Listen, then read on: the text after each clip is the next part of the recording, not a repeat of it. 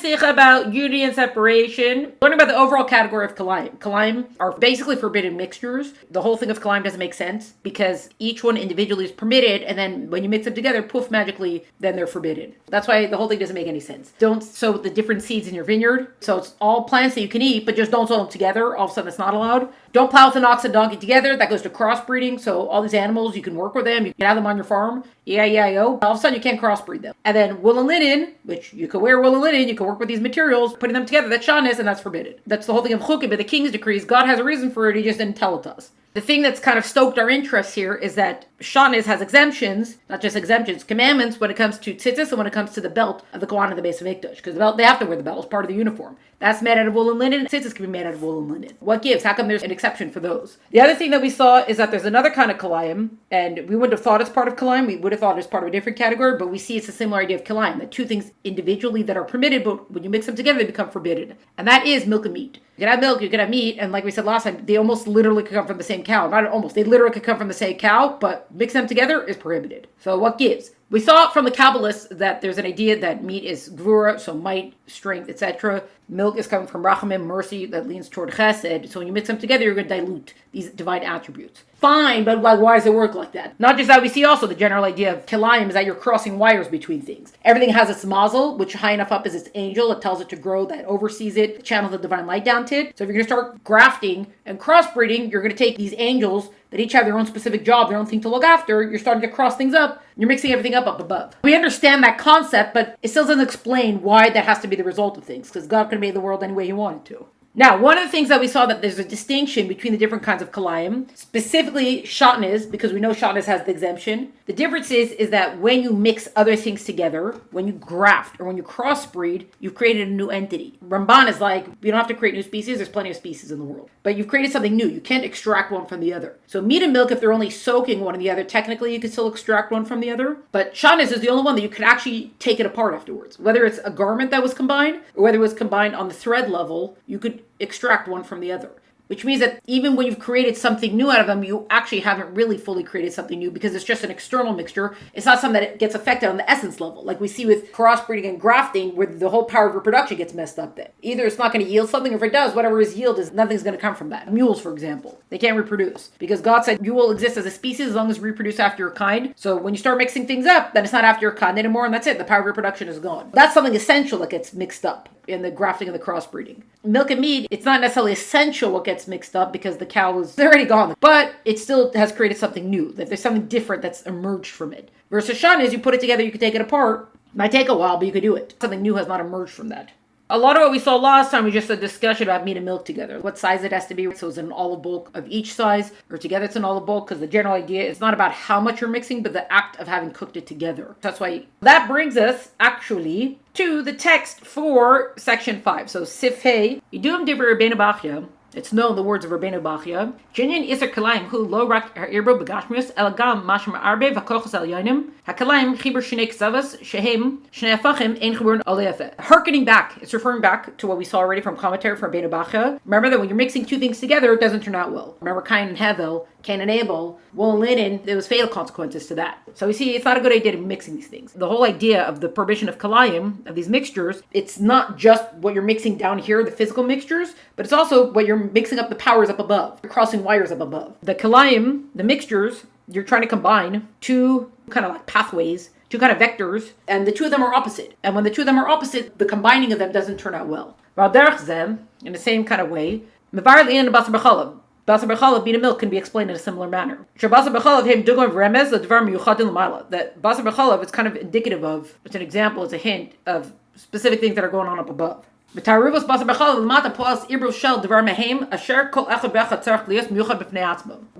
meat and milk, which we saw, is you're mixing up the divine attributes of justice and mercy. That's what's going on up above. But the mixture of meat and milk down here, what's it affecting, what it's acting upon when you're making this mixture, you're mixing two things that each one is supposed to be something separate, and you're putting them together. Each one is supposed to be its own entity, and you've mixed it to create a mess.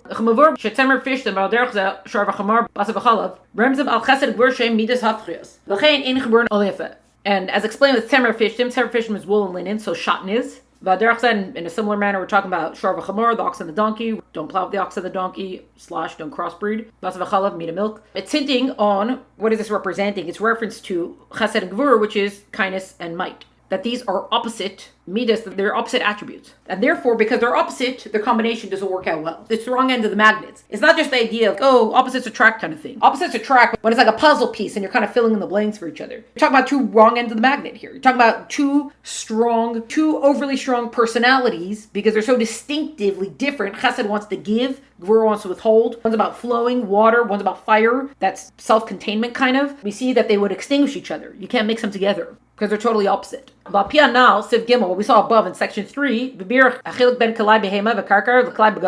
saw above when we're talking about the differences between mixing animals, so crossbreeding, and karkar, the ground, so grafting or mixing up seeds, and the mixture of clothing, which, remember, this is something we've spoken about before, that the difference about those two mixtures. Move on. It's understood. We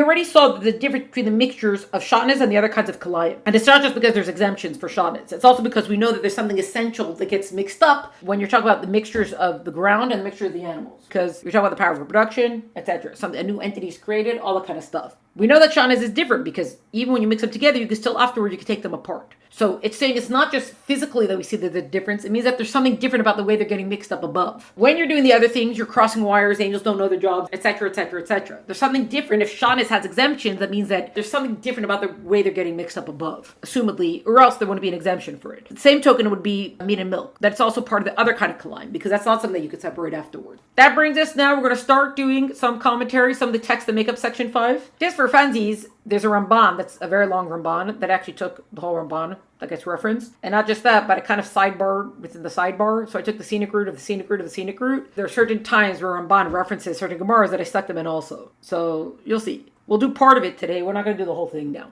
But first beginning, describing what we just read, Rebbe Menachem explained the prohibition of kalayim isn't only about mixtures in this world, but also about mixing higher powers above, a combination of two opposite extremes, which doesn't always come out well, as we've said.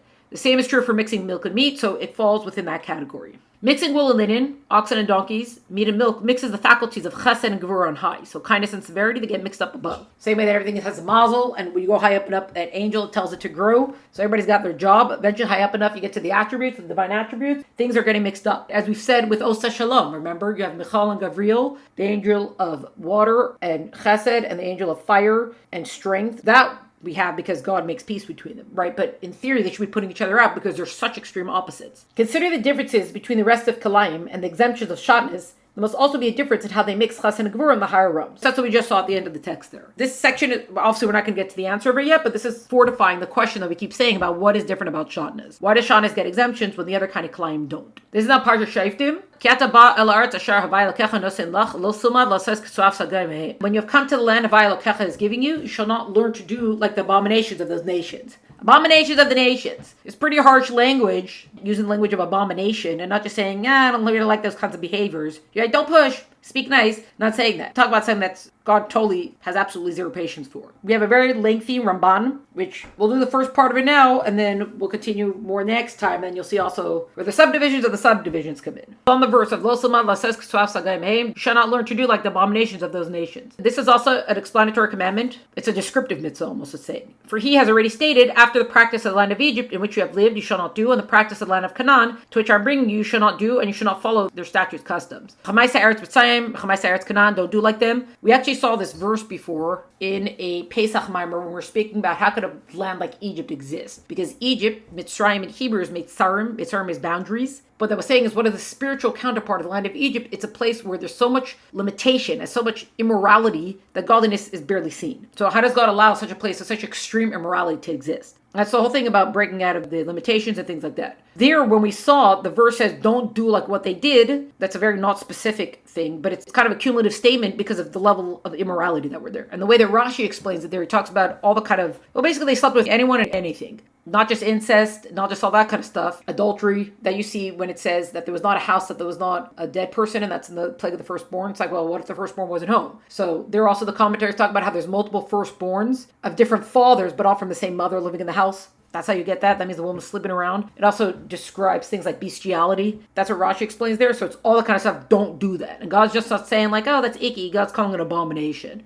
That abomination means that you're absolutely going against the grain of creation. Here, though, we're actually going to talk about other things that God is considering an abomination. And now he mentions their deeds and declares them to be abominations before God. In this verse from Shoftim, we're actually going to list what does God consider abominations that the nations are doing. You see anything italics here is a verse that's being referenced. He mentioned anyone that gives his son or his daughter to pass through the fire. Which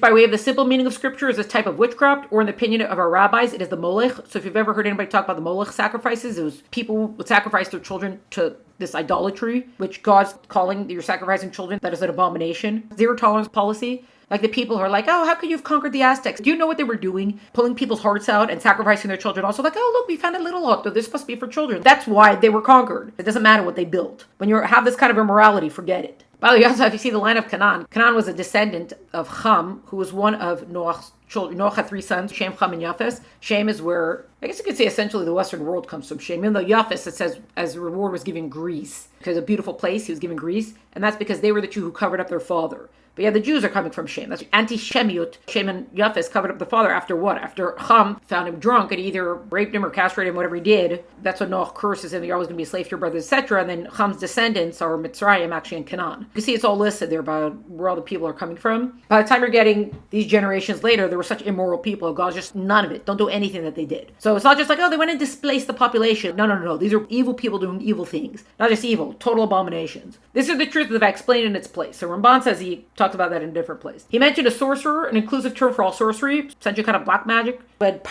when Pharaoh calls his sorcerers to come and imitate the plagues, or at least the beginning, because they couldn't do all of them, that's a literal statement. Turn the staff into a snake. They did it. Black magic is not what it was. Things have changed. Or a charmer, or one that consults a ghost or familiar spirit. These are specific forms of sorcery. He also prohibited them to consult the sorcerer or the necromancer who uses the ov, ghost, I guess it's called, or kind of like a spirit, or in any manner to seek information from them. I don't remember if it was this exact one, or that's kind of the thing with King Saul. King Saul, he essentially got rid of all witchcraft and all sorcery from the land, and then it was the night before a massive battle that he went and he said, okay, you didn't find me a necromancer, essentially. Like, King, you just got rid of everybody. They found some woman somewhere and she called up Samuel the prophet. We actually saw that in another mimer also, about how God knows all the details of all the conversations that you have. Usually it said that the spirits, if you would call the dead, they would come up upside down. Samuel the prophet came and he was right side up. Well, he was blazing mad. He was furious. He said to Saul, what have we done here? And then Saul wanted to check. He said, this battle that's happening tomorrow, etc. And Samuel's, no. It's the end of the line for you. You're going to go. You and your sons are going to go, and you guys are not coming back from it. Well, then actually, to Saul's credit, he went. Even knowing this prophecy, he didn't fight it. He rode out to this battle. He was killed.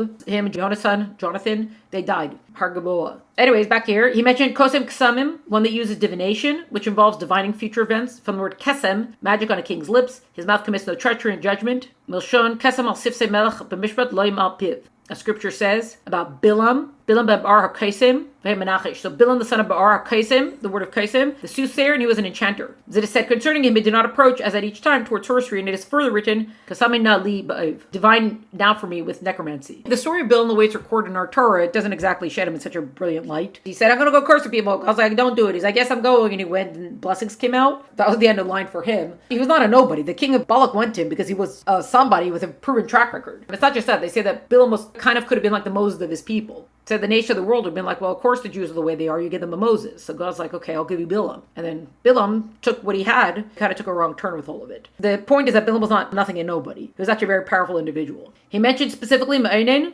who was a diviner, interpreting by the formations of the clouds, and the Menachesh, who divines by looking at the wings of the birds in flight, or by listening to their chirping. Something similar to what is written, for the bird of the heaven shall carry the voice, and the winged creature will tell the matter.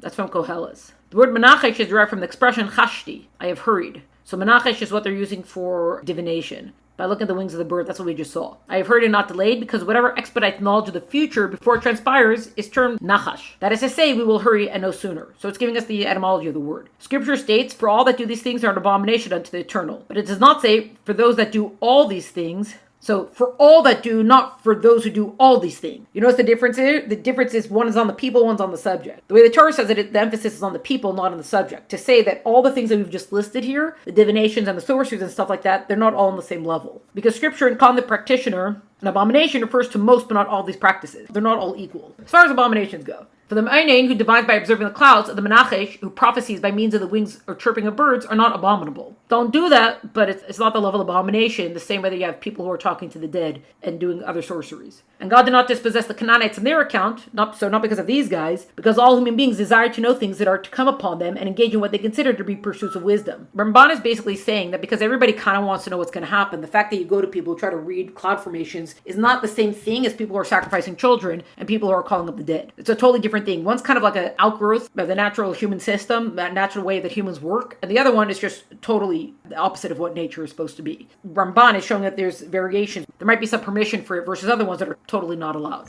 Rambam's looking at the phrasing of the verse to tell us that. And now, no one understand concerning the subject of sorcery, that when the Creator, blessed be He, created everything from nothing, God made everything from nothing, He made the higher powers to be guides for those below. That's the mazel. Thus He placed the earth and all things that are thereon in the power of the stars and constellations. So it's not that the stars and constellations get to choose what they do with earth, but God created them kind of to be the channels over everything else. Depending on the rotation and position is proven by the study of astrology. So there is something to the study of astrology, but not kind of the way that people know, but not like the horoscope kind of manner. Over the stars and constellations, He further appointed guides, angels, and lords, which are the soul of the stars and constellations, because even stars and constellations have divine sparks. So that would be the angels that control them, because the higher up you go, the form looks different. So it's the mazel, the constellation, becomes an angel, etc., until you go high enough up that you're going to have divine attributes, and all the way up at the top, obviously everything goes back to God. Now their behavior from the time they come into existence for eternal duration is according to the pattern the Most High decreed for them. So God set them and He programmed them in a very specific way, and He gives them very specific capacities. Kind of the side note here is that this is where idolatry went wrong. Instead of recognizing God's the one who's turning the cogs and the wheels, and then it's just following the system that God set up for them, the